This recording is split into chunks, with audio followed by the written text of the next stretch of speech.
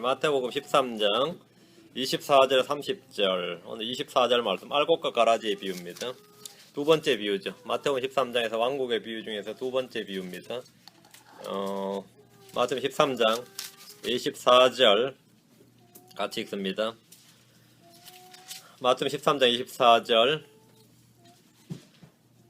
그분께서 그들에게 다른 비유를 들어 이르시되 하늘의 왕국은 마치 좋은 씨를 자기 밭에 뿌린 사람과 같으니라. 하늘의 왕국은 마치 좋은 씨를 자기 밭에 뿌린 씨와 같으니라. 하늘의 왕국 비유할 때 씨에 대해서 지금 주님께서 말씀하시고 계시는데 같이 기도하고 시작합시다. 위대하시고 거룩하신 주 하나님 감사합니다. 또 주의 첫날 저희가 함께 모여서 주의 말씀을 상고할 수 있도록 해주셔서 감사합니다. 주님께서 주의 명철을 주시고 계시의 영을 충만하게 허락해 주시고 또 은혜를 베풀어 주셔서 저희가 주의 말씀 잘 듣고 잘 배우고 잘 깨닫도록 해주시길 원합니다. 저희가 정말 주님께서 뿌리신 좋은 씨앗이 되도록 도와주시옵소서. 아버지 하나님, 제가 이 세상에서 참으로 주님 오시는 그날까지 참 악과 함께 동거하며 살아갈 때가 많이 있습니다. 그러나 주님께서 오셔서 제가 거룩하고 분리된 삶을 살 수 있도록 해주시고 이 세상에서 빛과 소금으로서 역할을 잘 감당할 수 있도록 은혜를 베풀어 주십시오. 무엇보다도 말씀이 저희 마음 안에 충만히 쌓여있게 하시고 풍부히 거하게 해주셔서 이 말씀이 열매로 드러나게 해주시길 간구합니다. 감사를 드리며 주의 이름 기도합니다. 아멘. 오늘은 알곡과 가라지의 비유입니다. 하늘의 왕국의 신비들에 대해 말씀하신 주님께서 또 다른 비유를 들어서 왕국의 신비들에 대해서 말씀하십니다. 왕국의 신비들입니다. 가까이 왔던 하늘의 왕국이 언제 설 것인지 말씀하신 것이 아닙니다. 제자들은 주님께서 왕대에 오르시고 하늘의 왕국이 세워지기를 간절히 바라고 있었습니다. 때가 찼고 하늘의 왕국이 가까이 왔다는 말씀은 결코 몇 천년 후를 염두에 두신 말씀이 아닙니다. 그들은 왕국의 임박성을 알고 믿었습니다. 그런데 왕국의 백성이 준비되지 않았습니다.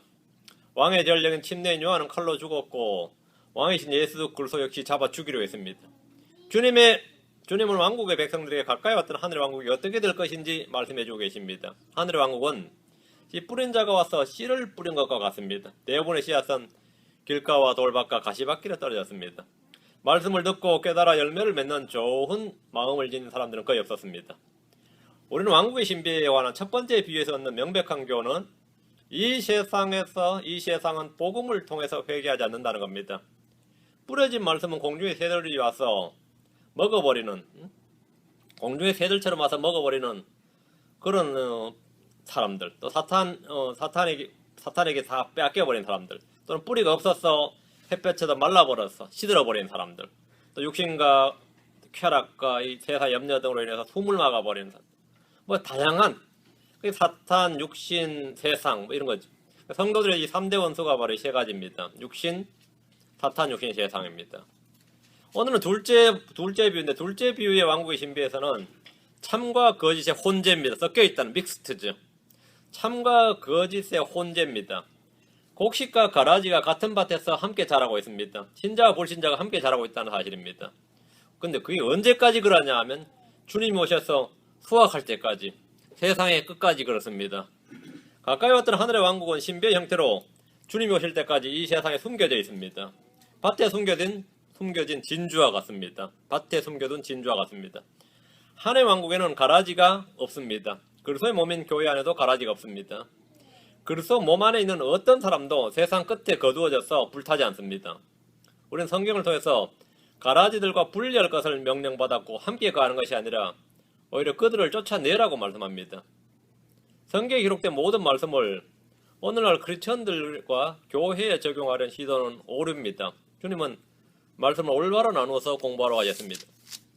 24절 말씀 본문 봅니다. 24절 그분께서 그들에게 다른 비유를 들어 이르시되 하늘의 왕국 마치 좋은 씨를 자기 밭에 뿌린 사람과 같으니라.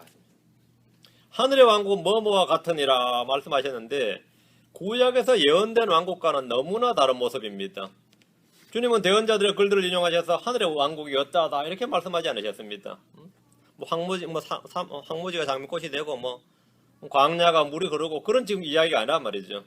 본문을 아무리 봐도 세상의 변혁이나 더 살기 좋은 세상에 대한 말씀은 없습니다. 사람들의 이상향도 아니고 지상낙원도 아닙니다. 주님이 말씀하신 하늘의 왕국에는 사탄이 나오고 사람들은 씨앗을 빼앗기거나 시들어버리거나 숨이 막혀버립니다. 적은 무리들의 수가 좋은 땅의 말씀을 받았을 뿐입니다. 우리는 이런 비유를 해석하는데 어려움은 전혀 없습니다. 37절부터 43절까지 주님께서 이 비유들에 대해서 모두 설명을 해주고 계시기 때문입니다. 24절의 해석은 37절에 있습니다. 그분께서 그들의 응답하여 이르시되 좋은 씨를 뿌리는 자는 사람의 아들이요, 이렇게 스스로 주님께서 해석을 해주셨습니다. 좋은 씨를 뿌린 자는 예수님 자신입니다. 밭은 세상입니다. 그럼 좋은 씨는 뭡니까? 그럼 좋은 씨는 뭐냐는 거죠. 좋은 씨는 뭡니까? 첫 번째 왕국의 비유에서는 좋은 씨가 뭐였습니까? 말씀이었어요. 왕국의 말씀이었습니다. 두 번째 비유에서 좋은 씨는 뭡니까? 말씀이 아니라 사람입니다. 왕국의 자녀들입니다. 씨가 사람입니다. 그게 첫 번째 비유하고 두 번째 비유의 차이점입니다. 뿌린 사람도 같고 밭도 같아요. 그런데 씨는 다릅니다. 첫 번째 비유에서 씨는 말씀이었어요. 두 번째 비유에서 씨는 사람입니다. 좋은 씨를 뿌리는 자는 사람의 아들이고 좋은 씨는 왕국의 자손들이다 했습니다. 씨가 사람이라는 점에 주의하시면 됩니다. 첫째 비유와 차이입니다. 주님은 세상에 말씀을 뿌리시고 자신의 사람을 뿌리십니다. 자신의 사람을 뿌리십니다. 좋은 씨도 사람이고 가라지도 사람입니다. 가라지도 사람입니다. 좋은 사람과 나쁜 사람, 씨가 같이 살고 있는 겁니다. 좋은 씨와 나쁜 씨가 같이 사는 게 아니라 좋은 사람과 나쁜 사람이 같이 사는 겁니다. 25절. 그런 사람들이 잠든 사이에 그의 원수가 와서 고기 가운데 가라지를 뿌리고 자기 길로 가매. 첫 번째 비유에서 사탄은 말씀의 씨앗을 뿌려서 빼앗아가는 공주의 새들로 비유되어 있는데, 두 번째 비유에서 사탄은 주님이 뿌린 씨앗에 다른 씨를 뿌리는 자로 나옵니다. 다른 씨를 뿌린 자는 빼앗는 게 아니라 다른 씨를 뿌리는 자예요. 그러니까 좋은 씨를 뿌렸는데 좋은 씨앗들을 죽이거나 뭐 이런 게 아니라 다른 씨를 뿌린 자라고 나옵니다. 사탄은 씨앗을 빼앗는 자가 아니면 씨앗을 섞어버린 자입니다. 말씀에 대해서는 빼앗거나 뭐 이런 거고, 사람에 대해서는 다른 씨를 뿌리는 겁니다. 다른 씨를 뿌린 겁니다. 그러나 사람들이 잠든 사이에 있죠. 이 말씀은 이 시기가 밤이란 사실을 알려줍니다. 잠든 사이에 있죠. 교회 시대는 밤입니다. 초림 때 사람의 아들이 와서 세상 사람들에게 말씀의 씨앗을 뿌렸습니다. 세상에는 좋은 씨인 왕국의 자손을 뿌렸습니다. 자손을 뿌렸습니다. 그런데 밤새 다른 씨앗을 뿌린 자들이 왔습니다. 그래서 씨앗을 뿌리고 갔습니다. 사람들이 잠든 사이에, 사람들이 잠든 밤은 마귀가 마음대로 활동하는 시기입니다. 주님이 자신의 씨앗을 뿌리듯이 마귀 역시 뿌릴 수 있는 자기의 씨앗이 있습니다. 그의 원수가 왔어란 말씀은 사탄이 하나님과 원수관계다, 명시적으로 언급하는 구절입니다. 곡식 가운데 가라지를 뿌리고 해서, 가라지 또는 가라지는 잡초가 아닙니다. 가라지는 잡초가 아니에요. 위드가 아닙니다. 마귀는 곡식들 가운데 가라지를 뿌립니다. 여러분이 씨를 뿌리는 농부라고 한번 생각해 보십시오. 밭에 씨를 뿌려놨는데 밤새 누군가가 와서 다른 씨를 좀 뿌려버렸어요. 그거 어떻게 되겠습니까? 아마 그냥 넘어갈 사람 아무도 없을 겁니다. 그의 원수는 가라지를 뿌리고 자기 길로 가버렸습니다. 38절과 39절에 이 구절에 대한 주의 말씀이 있습니다. 38절 39절에 해석이 되어 있단 말이죠. 밭은 세상이요, 좋은 씨는 왕국의 자손들이로되, 좋은 씨는 왕국의 자손들, 가라지는 그 사악한 자의 자손들이니라. 해석이 다 되어 있죠. 가라지를 뿌리는 원수는 마귀요, 수확하는 때는 세상 끝이요, 거두는 자들은 천사들이니. 밭은 세상이다. 좋은 씨는 왕국의 자손들입니다. 왕국의 자손들이 누굽니까? 왕국의 자손들이 누구예요? 유대인들이죠. 그들이 모두 좋은 씨는 아닙니다. 좋은 밭으로 언급된 자들로서 말씀을 듣고 깨달아 열매를 맺는 자들이 좋은 씨고 왕국의 자손들입니다. 주님께서 이 세상에 왕국의 자손들을 씨앗으로 뿌렸습니다. 이는 역사적으로 스데반의 순교 이후에 온 유대와 사마리아와 이방 땅으로 흩어진 복음을 믿고 전파하는 유대인들을 생각하시면 됩니다. 그것이 바로 왕국의 자손들입니다. 베드로도 왕국의 자손이고요, 바울도 왕국의 자손들입니다. 바나바도 그렇고. 세상에 뿌렸다 이거예요. 세상에 뿌렸다. 사도 바울이 회심하기 전에 이미 이방 땅에 지역교회들이 있었습니다. 이들은 주님께서 이 땅에 뿌린 좋은 씨앗들입니다. 좋은 씨앗들입니다. 그럼 가라지는 누굽니까? 그 사악한 자, 사탄 또는 마귀의 자손들이다. 마귀는 자기 씨앗인 가라지, 즉 사악한 자의 자손들을 뿌렸습니다. 사악한 자의 자손들, 즉 마귀의 자녀들인데 요한복음 8장 44절, 요한일서 3장 10절, 요한복음 8장 44절, 요한일 3장 10절. 예. 43절부터 너희가 어째 내 말을 깨닫지 못하느냐, 이는 너희가 내 말을 들을 수 없기 때문이로다. 말씀을 듣고 깨닫는 자가 좋은 밭에 씨를 받은 자들이라 했습니다. 근데 주님께서 너희는 받을 수가 없다, 깨닫지를 못한다, 들을 수가 없다 그랬습니다. 44절, 너희는 너희 아비 마귀에게서 났으므로 너희 아비의 욕망들을 행하려 하느니라. 그는 처음부터 살인자요 자기 속에 진리가 없으므로 진리 안에 거하지 아니하고 거짓말을 할 때 자기의 것으로 말하느니 이는 그가 거짓말쟁이요 거짓의 아비이기 때문이니라. 지금 성경 말씀에 따르면 마귀의 자녀들이 나옵니다. 너희 아비 마귀에서 났어 이랬습니다. 자, 요한일서로 갑니다. 3장 10절. 주님께서 마귀를 아버지로 둔 마귀의 자녀들에 대해서 말씀하셨습니다. 이들이 가라지들인데 이스라엘 내에 있는 사악한 자의 자손들입니다. 요한일서 3장 10절. 이로써 하나님의 자녀들과 마귀의 자녀들이 드러나나니, 하나님의 자녀가 있고 마귀의 자녀가 있습니다. 하나님의 자녀가 있고 마귀의 자녀들이 있어요. 누구든지 의를 행하지 아니하는 자나 자기 형제를 사랑하지 아니하는 자는 하나님께 속하지 아니하느니라. 하나님의 자녀들이 있고 마귀의 자녀들이 있는데, 하나님의 자녀들이 좋은 씨앗이고 마귀의 자녀들이 가라지가 됩니다.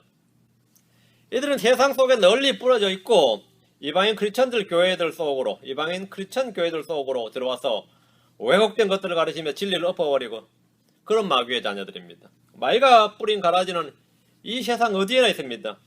불법의 신비가 지금 이미 활동하고 있다고 했습니다. 사도에는 이미 세상에 들어온 적그리스도들이 많이 있다고 증언했습니다. 자, 다시 본문 13장 말씀 13절 와서 26절입니다. 잎이 나고 열매를 맺을 때 가라지도 보이거늘.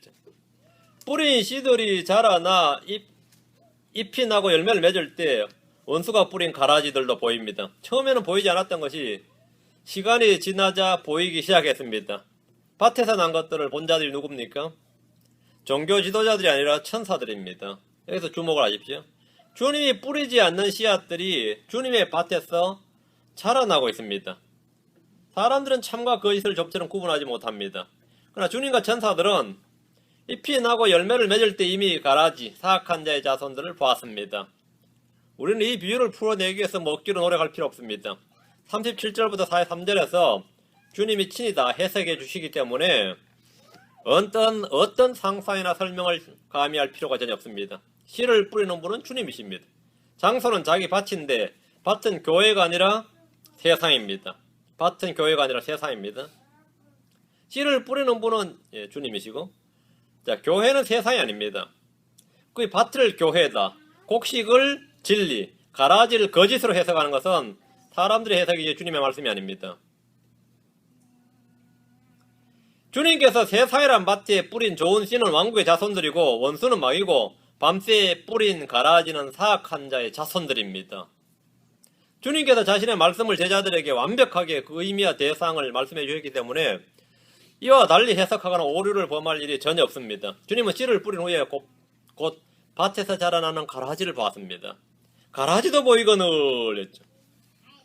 사도행전 15장에서부터 우리는 이 가라지들이 강력하게 자라나는 것들을 볼 수 있습니다.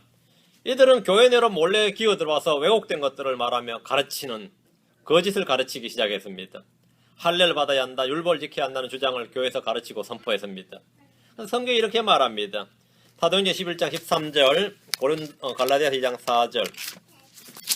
가라지들이 얼마나 강력하게 이것저것에 자랐는지 고린도후서 11장 13절, 고린도후서 11장 13절. 그러한 자들은 거짓 사도요 속이는 일꾼이며 자기를 그리스도의 사도로 가장하는 자들이니라 했습니다. 여러분, 거짓 사도, 속이는 일꾼, 그리스도의 사도로 가장하는 자들, 이렇게 나옵니다. 가장하는 자들 나오죠? 바울은 교회 내로 들어온 거짓 사도, 속이는 일꾼들에 대해서 경고하고 있습니다. 갈라디아 2장 4절, 갈라디아 2장 4절.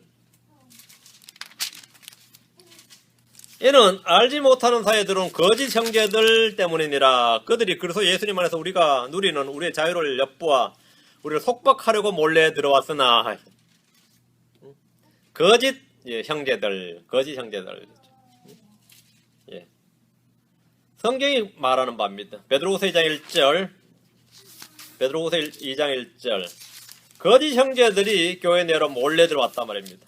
그 마이가 뿌린 씨앗은 어디서나 자란다 이거죠. 교회 안에서도 자라고 교회 밖에서도 자라고 어디서나 자랍니다. 세상에 뿌렸기 때문입니다. 대학교에서도 자라고 예술계, 문화계 소위 문화예술계 제일 많고요. 교육계도 엄청 많고요. 심지어 노가다판에도 장사꾼들 사이에서도 가라지는 잘한다요. 가라지 잘한다요. 예수 믿고 기뻐하는 크리스천 한 명 있으면 그 옆에 콩나물 파는 아줌마가 나도 믿어봤는데 별거 아니라고 딱 옆에 딱 있어요. 어느 곳에나 있어요. 믿는 자들이 어디 곳에 있는 것처럼 가라지들도 어느 곳에 있습니다. 베드로후서 2장 1절. 예. 그러나 백성 베드로후서 제가 전설을 폈네. 베드로후서 2장 1절. 예.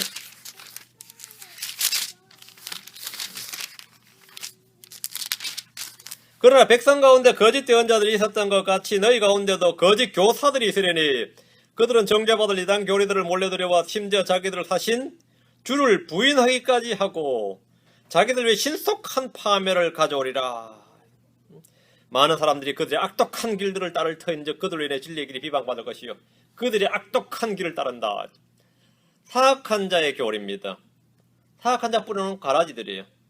베드로는 지금 거짓 교사들에 대해서 말합니다. 이들은 모두 주님의 원수인 마귀가 이 세상에 뿌려놓은 가라지들입니다. 가라지들.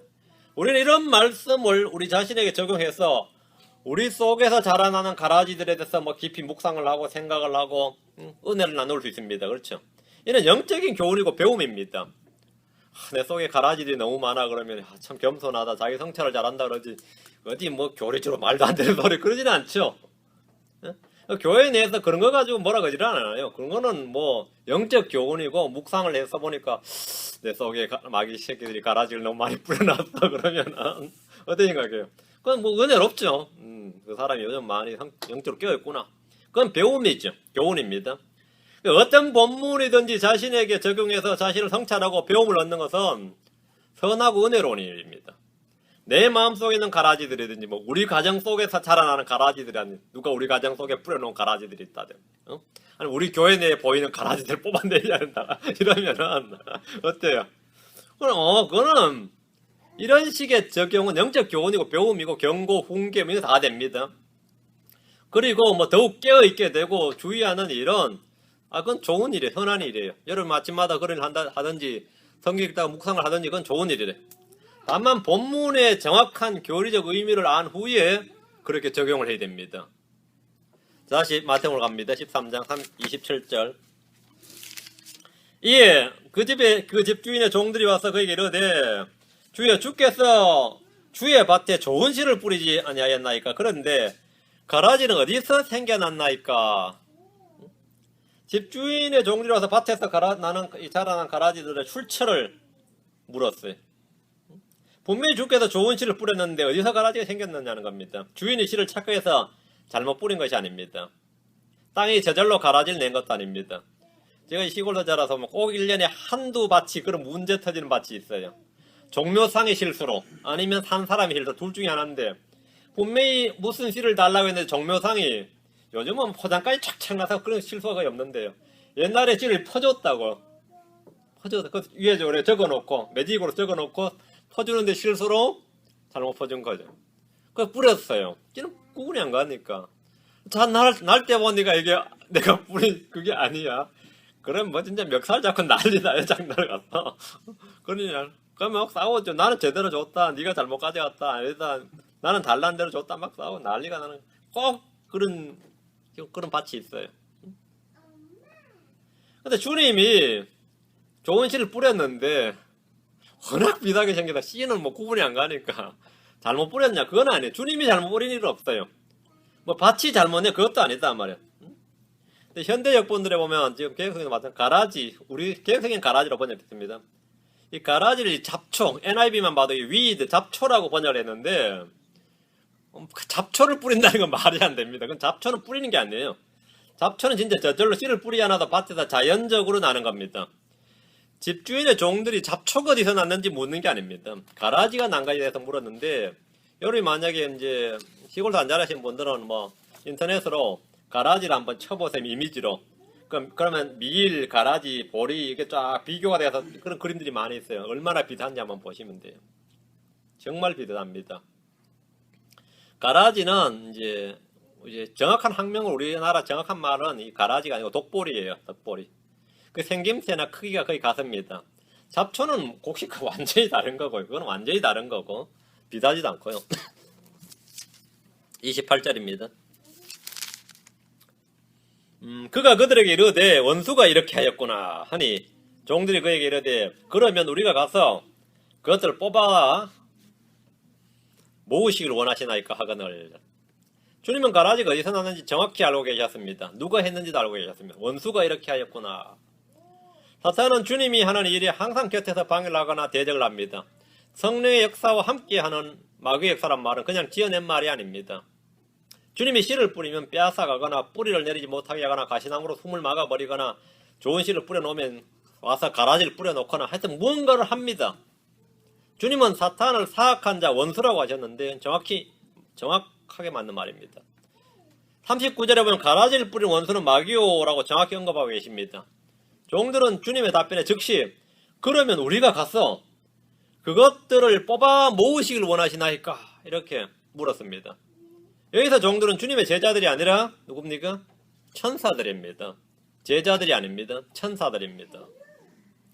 우리는 이런 부분에 대해서 좀 생각하고 좀 깊이 생각하고 여기서 논쟁을 할 필요가 없습니다. 주님께서 천사들이니라고 말씀하셨습니다. 마태복음 15장 13절에 보면 그분께서 대답하여 이르시되 내 하늘 아버지께서 심지 아니하신 초목마다 뿌리채 뽑힐 터이니 이런 말씀이 있습니다. 하나님께서 심지 아니하는 초목은 뿌리채 뽑힌다 그랬어요. 천사들은 하나님 아버지께서 심지 아니한 초목마다 뿌리채 뽑힌다고 했으니까 자신들이 뽑아버리려고 했던 겁니다. 오늘날 많은 사람들이 교회를 비판할 때 뭐 썩었다든지 더럽다든지 타락했다든지 뭐 그러죠. 교회가 왜 그러냐 이런 말 많이 합니다. 마귀가 뿌려놓은 가라지들이 교회 내에도 넘치기 때문입니다. 교회만 썩은 게 아니라 어느 분야나 다 썩었어요. 왜? 가라지는 교회만 뿌려놓은 건 아니에요. 중들 사이에도 있고 무슬림들 사이에도 있어요. 마귀는 어느 분야나 다 뿌려놨지 교회 내에만 뿌려놓은 건 아닌데 교회 내에 뿌려놓은 게 이제 문제가 많이 되죠. 여러분 어떤 그릇에 순수한 물이 99%고 오염된 물이 1%라면 그 물 전체를 다 오염수라 그럽니다. 그렇죠? 근데 비율이 50대 50이라면 어떻게 됐습니까? 그럼 완전히 못 쓰는 거죠. 그럼 오염 덩어리라 그럽니다. 교회는 온 세상 곳곳에 있습니다. 그러나 가라지들의 비율이 워낙 높습니다. 왕국의 자손들은 거의 없습니다. 사악한 자의 자손들은 너무나 많습니다. 우리 주님께서도 좁은 길과 좁은 문에 대해서 말씀하시며 그 수가 적다고 하셨는데 이는 전적으로 사실입니다. 전적으로 사실. 세상에 뿌려진 가라지들이 지난 2000년간 무성하게 자라났습니다. 가라지는 곡식과 모양이 비슷하지만 본질은 전혀 다른 품종입니다. 이 세상에 보이는 기독교란 종교가 그렇습니다. 이 개신교와 천주교 그리고 이제 동방정교, 그리스 정교회 그러죠. 러시아 정교회라고 그러고요. 개신교, 천주교, 이 정교회가 기독교계 이제 빅3거든요. 나머지는 전부 다 이제 뭐 군소고요. 이들은 모두 다 예수님을 주요 그리스도라고 합니다. 이들은 모두 다 예수님을 주요 그리스도라고 그래요. 그럼 같은 거예요? 이들은 전부 다 이웃을 사랑하라고 가르칩니다. 다. 그렇죠? 그러다가 이제는 동성애도 이웃 사랑, 형제 사랑에서 관점에서 받아들이자 이렇게 말합니다. 이 빅3가 동성애도 이웃 사랑, 형제 사랑의 관점에서 받아들이자 이렇게. 예전에만 해도 낙태는 나쁜 짓이다, 죄악이라고 이렇게 가르쳤다가 이제는 달라졌습니다. 이들은 모두 자신들을 크리스천들이라고 주장을 합니다. 이들은 모두 유아 세례를 구원의 방법으로 가르치고 성경의 무호성이나 영감을 부정합니다. 이들은 주님이 오시는 그날까지 팽창하고 번성할 겁니다. 우리는 어떻게 해야 되느냐는 겁니다. 어떻게 해야 됩니까? 조용히 분리해야 됩니다. 그리고 그들은 가만히 내버려둬야 됩니다. 언제까지? 주님 오실 때까지 내버려둬야 됩니다. 29절 30절 그가 이르되 아니라 너희가 가라지를 모으다가 그것들과 함께 곡식까지 뽑을까 염려하노라. 둘 다 수확 때까지 같이 자라게 두어라. 같이 자라게 두어라. 주님의 공존의식에 주님 함께 하시는 분인가? 같이 자라게 두어라. 수확하는 때 내가 거두는 자들에게 말하기를 너희는 먼저 가라지를 함께 모아 불태우게 단으로 묶되 곡식은 모아 내 곳간에 넣으라 하리라 하시니라. 그때 다 명령할 테니까 지금 안 했다 이거. 주님은 천사들에게 세상에 있는 가라지를 뽑지 말고 그냥 두라 이렇게 말씀하셨습니다. 여러분 성경에서 주님께서 천사들에게 명하여 이 땅에 재앙이나 심판이 임할 때 자신의 종들에게 인을 치고 보호하는 일을 하도록 명하는 걸 볼 수 있습니다. 에스겔서에서는 잉크통을 든 자들이 신실한 성도들의 이마에 인을 칩니다. 계시록에서는 14만 4천 명의 증인들의 이마에 인을 쳐서 그들을 재앙으로부터 보호하도록 하십니다. 그런데 가라지를 뽑는 일에 대해서는 곧바로 가서 모두 뽑아버리라 이렇게 명령을 하지 않으시고 같이 자라게 두어라 이렇게 같이 자라게 두어라. 세상에서 곡식과 가라지를 함께 자랍니다. 세상 끝에 천사들이 그것들을 거두어 드립니다. 마태복음 3장 12절, 스바냐 3장 8절. 마태복음 3장 12절, 스바냐 3장 8절.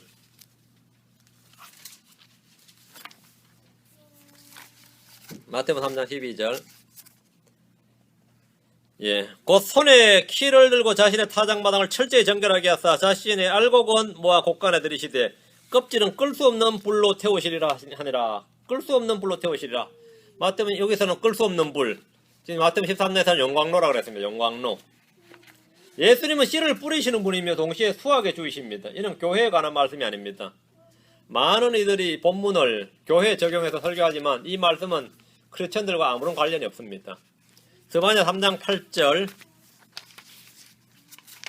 주가 말하노라. 그러므로 내가 일어나서 그 탈취물에 이르는 날까지 너희는 나를 기다리라. 내가 왕국들을 모으려고 민족들을 모아서 그들 위에 내 경로 곧 내 모든 맹렬한 분노를 부으려고 결심하였나니 온 땅이 내 질투의 불에 삼켜지리라 했습니다. 이 일들은 모두 세상 끝에 있을 일들이고 교회는 대환란 전에 하늘로 들림을 받습니다. 이 전에 들림을 받습니다. 교회 이야기 아니다 이 말입니다. 계시록 14장 17절 19절 지금 다 동일한 말씀입니다. 또 다른 천사가 하늘에 있는 성전에서 나오는데 그에게도 예리한 낫이 있더라. 또 굴을 낫을 건널 가진 또 다른 천사가 제단으로부터 나와 예리한 낫을 가진 자에게 큰 외침으로 외쳐 이르되 너희의 예리한 낫을 휘둘러 땅의 포도송이들을 모으라. 땅의 포도들이 충분히 익었느니라 하더라. 그 천사가 자기의 낫을 땅에 휘둘러 땅의 포도를 모아 하나님의 진노의 큰 포도즙 틀 속에 던지니. 천사가 거둔다는 거예요. 거두라. 모으라. 거두라. 모으라. 이게 세상 끝에 있을 일이라는 겁니다. 세상 끝에 있을 일이다 이거예요. 주님이 보낸 일꾼들이 지금 낫을 들고 있단 말이에요. 이들은 천사들입니다. 복음 전도자는 사도들이 아닙니다. 복음 전도자들이 혼을 구원해서 모으는 게 아니에요. 전혀 그 이야기 아닙니다. 낫을 든 천사는 들에서 포도송이를 수확을 합니다. 주님의 비유에서 가라지들이라고 말한 이들입니다. 마태복음 24장 31절에 보면 마태복음 24장 31절 앞으로 갔어요. 그가 큰 나팔 소리와 함께 자기 천사들을 보내리니 그들이 그의 선택받은 자들을 하늘 이 끝에서 저 끝까지 사방에서 함께 모으리라. 여기 보면 그의 선택받은 자들 모은다 했죠. 이번에 모으는 게 가라지를 모으는 게 있고 선택받은 자들 모으는 게 있죠. 알곡도 모으고 가라지도 모으는 거죠. 이 구절은 천사들이 이스라엘을 모으는 장면입니다. 그러니까 온 세상에 있던 이스라엘은 출애굽 때 경험했던 것처럼 온 세상 모든 민족에서 나왔어. 출애굽이 아니라 출러시아, 출미국, 출유럽 이래 되는 거예요. 그래서 나왔어. 주님이 준 땅으로, 조상들의 준 땅으로 모이는데 이 일을 천사들을 통해서 하신다는 겁니다. 주님 천사를 통해 하신다 이거예요. 주님은 알곡을 곡간으로, 즉 천년왕국 속으로 들어가게 하시고 가라지들은 모두 칼에 죽임을 당하거나 불에 타 죽습니다. 그들의 혼은 지옥에 던져집니다. 그게 용광로에 타는 겁니다. 자, 우리는 이 비유를 통해서 주목할 것이 있습니다. 마귀는 곡식을 바꿀 수는 없습니다. 곡식의 성질을 바꿀 수는 없어요. 유전자 변형이나 이런 건 없다는 거죠. 곡식을 바꿀 수는 없어요. 그런 이런 기록이 안 되어 있습니다. 자신의 씨를 뿌려서 밭을 바꾸어 놓으려는 겁니다. 밭을 바꾸어 놓는 거예요. 주님은 그들이 세상 끝까지, 즉 추수할 때까지 이 세상에서 함께 무성하게 자라든 어떻게 자라든 자라도록 허락하십니다. 이 비유는 교회에 적용되지 않습니다. 교회는 순수함을 유지해야 되며 세상과 철저히 분리해야 됩니다. 어떤 크리스천도 가라지를 뽑아낼 수는 없습니다. 그것은 세상 끝에 주님께서 보낸 천사들이 할 일입니다. 교회에서 모여서 이 세상의 개혁을 위해서, 아니면 정치권의 개화를 위해, 정치권의 정화를 위해서 기도한다. 종교계의 정화를 위해서 기도한다. 세상의 부패를 척결하자 기도하자. 그거는 기도하자는 제안은 좋은데 되는 일은 아니에요. 응답되는 일은 아니에요. 아무리 금식을 해서 기도해도 주님께서 세상 끝까지는 그냥 두시는 거기 때문에 교회에서 아무리 모여서 금식 기도한다고 해서 될 일이 아니다 말이죠. 어떤 크리스천도 세상에 있는 가라지를 뽑을 수 없습니다. 마이가 뿌려놓은 가라지를 뽑을 수가 없어요. 그것은 세상 끝에 주님께서 보낸 천사들이 할 일입니다. 자, 다시 마태복음 13장 와서 본문 보시면 39절 40절 수확하는 때는 세상 끝이요 이렇게 나옵니다. 수확하는 때는 세상 끝이요. 거두는 자들은 천사들이니 그런즉 가라지를 모아 불에 태우는 것 같이 이 세상 끝에도 그러하리라 했습니다. 세상 끝에 그러하리라. 이 세상 어떤 정치인도 종교인도 가라지를 뽑을 수 없고 함께 모아다 불에 태울 수 없습니다. 이 일은 세상 끝에 있을 일이고 주님께서 온 세상을 심판할 때의 일입니다. 주님은 이 비유에서 교회의 환난 통과 교리를 주장하는 이들이 간혹 있습니다. 그런 교회 30절이 문제입니다. 너희는 먼저 가라지를 함께 모아 불태우게 단으로 묵되 곡식은 모아 내 곡간에 넣으라 하리라 하시니라 됩니다. 이 구절을 이제 부주의하게 읽어서 가라지를 모아서 불태울 때까지 교회는 이 땅에 남아있게 되므로 교회는 환난을 통과할 것이다 이렇게 주장하는 겁니다. 여기 30절을 해석을 할 때 그렇게 해석을 하는 거죠. 가라지가 불태워지고 곡식을 곡간에 넣기 때문에 교회는 대환란을 통과한다는 이런 가르침은 이제 크리스천 사이언스나 몰몬교나 영성화운동, 요즘 신사고, 신지학 이런 데서 다 가르치는 내용들입니다. 그들이 이제 딱 인용하는 구절이 30절입니다. 이들이 성경을 내밀면서 거짓말을 딱 할 때 속수무책이 되지 않도록 공부해 두시기 바랍니다. 천사들은 태우기 위해서 단을 묶습니다. 알곡은 곡간으로 드리고 이게 바로 환난 성도의 부활과 휴거입니다. 가라지는 불태워집니다. 30절은 태우기 위해 묶는 것까지만 주님이 언급합니다. 태우기 위해서 묶는다. 세계가 단일 종교, 단일 정치체 묶는 거죠. 묶는 것까지죠. 알곡들은 아버지의 왕국에서 해같이 빛나고 가라지는 불타는 용광로 속에 던져집니다. 단으로 묵대까지입니다. 묵대까지. 그게 30절입니다. 많이들이 하늘의 왕국을 교회로 적용을 해서 가르치거나 설교를 합니다. 이걸 교회로 적용을 해버리면 교회는 당연히 뭐가 되죠? 환난 통과되어 버린 거죠. 그래서 대환란 전에 휴거되는 것이 아니라 환난 통과한 후에 세상 끝에 주님께서 분리 작업을 하신다. 교회 내에서 알곡과 가라지를 분리한다. 이런 식이 되는 거죠. 뭐 전혀 말도 안 되는 소리지만 어쨌든 다 성경 들고 이야기해요. 그 사람들도. 본문에 또 한 가지 주목할 사실은 주님이 씨를 뿌린 밭이 아버지의 왕국이 된다는 겁니다. 그 밭이 왕국이 돼요. 밭이 왕국이 된다. 이 세상 왕국이 주와 그리스도의 왕국이 됩니다. 계시록 11장 15절 주님이 뿌린 밭이 주님의 왕국이 된다. 밭이 왕국이 됩니다. 밭을 다 멸해버리고 어떻게 하는 게 아니라 밭이 왕국이 돼요. 일곱째 천사가 나팔을 불며 하늘에 큰 음성들이 있어 이르되 이 세상의 왕국들이 우리 주와 그분의 그리스도의 왕국들이 되었고 그분께서 영원 뭉토록 통치하시려다. 이 세상 왕국들이 주와 그리스도의 왕국이 됩니다. 이 시대의 하늘의 왕국은 신비의 형태로 감추어져 있습니다. 그리고 주님이 올 때까지 그 모습을 드러내지 않습니다. 왕국의 신비의 비유는 하늘의 왕국의 문자 그대로 이 땅에 세워질 때까지 밤에 해당하는 때에 있을 일들에 관한 말씀입니다. 밤에 있을 일들입니다. 이 비유를 통해서 현재 우리가 배울 수 있는 몇 가지 교훈을 찾아봅시다. 첫째는 교회는 세상의 악을 근절하고 제거해서 더 좋은 세상을 만들겠다는 개혁이나 개선이나 혁신 등과 같은 노력이 아무 소용없다는 겁니다. 하나님은 가라지를 세상 끝까지 함께 자라도록 해두시기 때문입니다. 둘째로 배울 수 있는 실제적인 교훈은 성도들은 밤사이에 깨어있어야 한다는 겁니다. 마귀는 사람들이 잠든 사이에 사악한 자들을 뿌리고 자기 길로 가버렸습니다. 마이가 뿌려놓은 씨들이 어디서나 자랍니다. 지역교회에서도 자라고 신학교에서도 자라고 선교회에서도 자라고 크리스천들의 단체라고 말하는 모든 곳에서 다 자라는데 우린 교회이기 때문에 청정지역인 줄로 알면 안 됩니다. 마귀는 교회 내도 자기 씨를 뿌려놓습니다. 신학교에 내도 많이 뿌려놔서 주님을 부정하는 자들이 지금 다 신학교 교수하고 있습니다. 많이 뿌려놨어. 오히려 마귀가 심어놓은 일꾼들이 더 많이 활동하는 지역이 뭐냐면 교회, 성교회, 신학교, 크리스천 단체들입니다. 우리 주님께서 깨어있으라 내가 너에게 말하는 것은 모든 사람에게 말하는 것이니라 하시니라 했습니다. 깨어있으라는 명령은 모든 사람에게 주어진 명령입니다. 모든 사람에게. 우리는 지금이 잠에서 깨어나야 할 때입니다. 셋째는 그리스도의 사랑입니다. 주님이 곧바로 가라지를 뽑지 않는 것은 가라지들이 아까워서가 아닙니다. 곡식들을 보호하기 위해서였습니다. 곡식들을 보호하기 위해서 가라지 뽑지 말라고 한 겁니다. 많은 가라지를 다 뽑아낸다 해도 그 일을 하는 중에 뽑히게 될 알곡이 하나도 없도록 지키는 것이 주님의 관심사입니다. 주님은 심판하실 때 그 속에 있는 의인 한 명이라도 그냥 멸망하지 않도록 지키고 보호하시기 위해서 악인 100명, 1000명을 그냥 놔두실 때가 많이 있습니다. 의인 1명, 의인 5명, 의인 10명 그 소수의 의인들을 지키고 보호하시기 위해서 악인이 1000명, 10,000명 돼도 그냥 놔두십니다. 그건 하나님의 사랑입니다. 그래서 사랑입니다. 넷째는 악인들이 받는 심판이 얼마나 크고 무서운지 불타는 용광로에 던져 넣으시겠다고 하시는 바로 이 지옥에 대해서 우리가 꼭 기억해 둬야 됩니다. 지옥이라 부르는 결코 상징이나 비유가 아닙니다. 문자적인 literal place입니다. 문자의 장소입니다.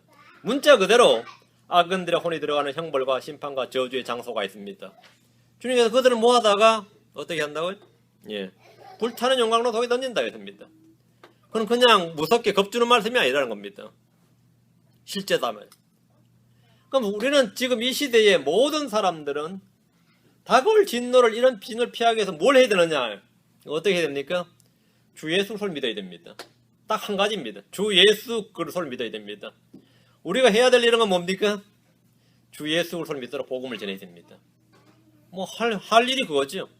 주 예수를 전해야 됩니다. 주 예수님을 전해야 돼요. 주 예수님을 전해서 그들이 불타는 용광로 속에 던져지지 않도록 사악한 자의 자손들을 그건 우리가 어떻게 할 수 없어요. 근데 한 명의 혼들이라도 그들에게 끌리지 않도록 해야 됩니다. 그들에게 끌리지 않고 주님에게 끌리도록 해야 됩니다. 그것이 우리가 해야 될 일입니다. 그것이 두 번째 지금 마태복음 13장 두 번째 왕국의 신비에 대한 비유에서 나오는 교훈, 우리가 받는 교훈이죠. 우리 교훈입니다. 그러니까 다음은 세 번째 왕국의 비유, 세 번째 비유는 다음 시간에 누룩 비유입니다. 누룩 비유도 워낙 유명한 비유니까 여러분 잘 아시겠지만 또 미리 공부를 좀 해오시고요. 기도하십시다. 주 하나님 감사합니다. 오늘도 주의 말씀을 허락해 주셨습니다. 아버지 하나님, 저희가 이 세상에 살아가는 모든 날들 동안 저는 늘 깨어있도록 해주시고, 자 오늘 이 왕국의 자손들의 이 좋은 시가 왕국의 자손들이 했는데 우리는 크리스천들로서 참 하나님의 자녀들입니다. 하나님의 아들들인데 주님 오시는 그날까지 참으로 이 복음의 씨앗을 뿌리고 때를 얻든지 못 얻든지 참 하나님의 말씀을 전파할 수 있도록 주시길 간구합니다. 세상 어디서나 자라고 있는 가라지들에 대해서 저희가 이상하게 여기지 아니하고 놀라워할 것 없이 저희가 묵묵히 저희들에게 맡겨진 일들을 잘 감당할 수 있도록 은혜를 베풀어 주시고 담대함을 허락해 주시옵소서. 저희를 비난하고 욕하는 자들, 대적하는 자들에 대해서 이상한 일이 닥친 것처럼 이상해하지 않고 오히려 당연한 것으로 여기고 신실하게 참 주의 말씀을 전파하는 모든 성도를 되도록 복을 주시고 그에 대해서 선한 열매들, 의의 열매들을 풍성하게 맺게 해주셔서 큰 위로와 힘을 허락해 주시옵소서. 감사드리며 주 예수 그리스도 기도합니다. 아멘.